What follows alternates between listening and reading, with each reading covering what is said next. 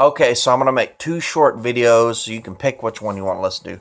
Okay, so here's what I wanted to say. Okay, so there's a guy out there, okay, and he loves Dak Prescott, always has. Okay, nothing wrong with that. I like Dak Prescott, he's a good guy. Okay, but I think his argument, and I'm not going to post videos talking good about Dak Prescott just to troll other people. Okay, because this is about the NFL. You know what I'm saying? Like it's not about pissing people off. Some people aren't diehard fans, like some people, even if they are diehard fans, they work like 80 hours a week. You know what I'm saying? Like they don't have time to sit there and crunch the stats all the time, or they're just not that big into football. They watch the game on Sunday maybe. That's all they do. People watching this video may not even watch football. They may watch 4 or 5 games a year. So there's no reason to hate someone who doesn't know exactly who's better than who. They don't know these finely detailed stats that take hours to crunch. You know what I'm saying? So anyways, but I think their argument for saying they were comparing Dak Prescott's and Carson Wentz and Jared Goff's numbers, and it was Mark Holmes. And I like Mark Holmes. I'm a fan of his, but I think that's a weak argument, and here's why. Because he was saying over the last 13 games. Well, anybody and their mama is going to sit there and say, what? Why 13 games? Here's why.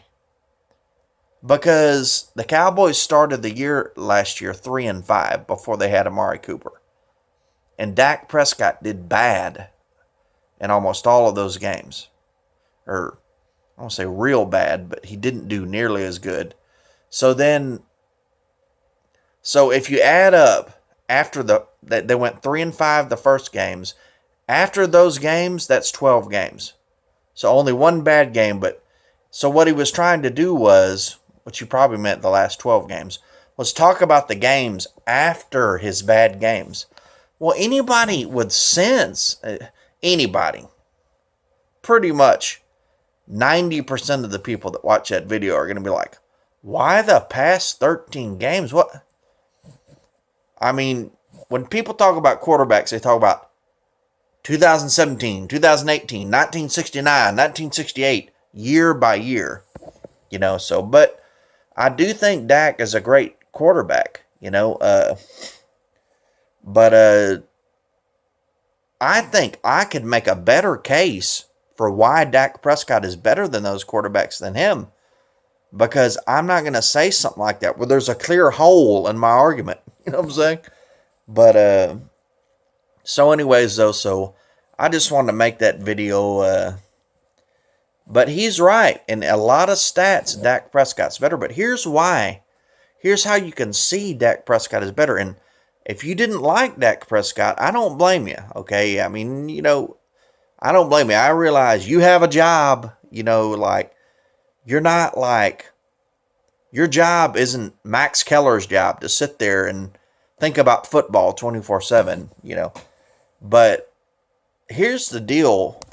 When you talk about numbers like, and this is from adding up all of last year's numbers, okay, throughout the entire season, you look at the top quarterbacks.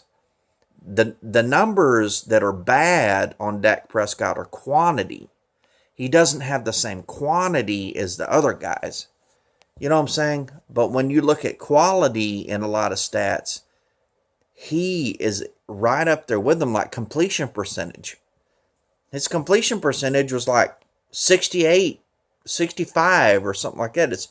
And you look at Tom Brady's, his is like 67, 65. Some of these guys like Roethlisberger or Rodgers have, even some of them have a little bit lesser percentage, than Dak Prescott. So that's not a quantity number, and then you look at touchdowns to interceptions, that's the same. And you look at quarterback rating, really his quarterback rating is right up there in the 90s, right along with everybody else. You know what I'm saying? for the entire year. So, but when you look at how many yards per game, that's under. But that's a quantity number. You look at how many yards per season, that's way under. But that's a quantity number, not a quality number. You look at how many touchdowns, that's a quantity number. Completions, so anyways, though, but that's the deal. When you look at his completion percentage and you look at his yards per throw even, that's right up there with those guys. So the only reason he got less yards is he didn't throw the ball as many times. But, we don't have a perfect team. We didn't have very good wide receivers last year. I'm not trying to make excuses. Every team has injuries, and you're going to have ups and downs from one year to another because slews of guys are going to get injured, and sometimes your good players get injured, sometimes they don't. Good quarterbacks can do good no matter what. But anyways, when you look at his quality numbers and not his quantity numbers, he's just as good as those guys. Better than some, actually. But anyway, so that's my video. Don't put easy holes in your argument. You're making me look bad as a Cowboys fan. All right, thank you. Bye.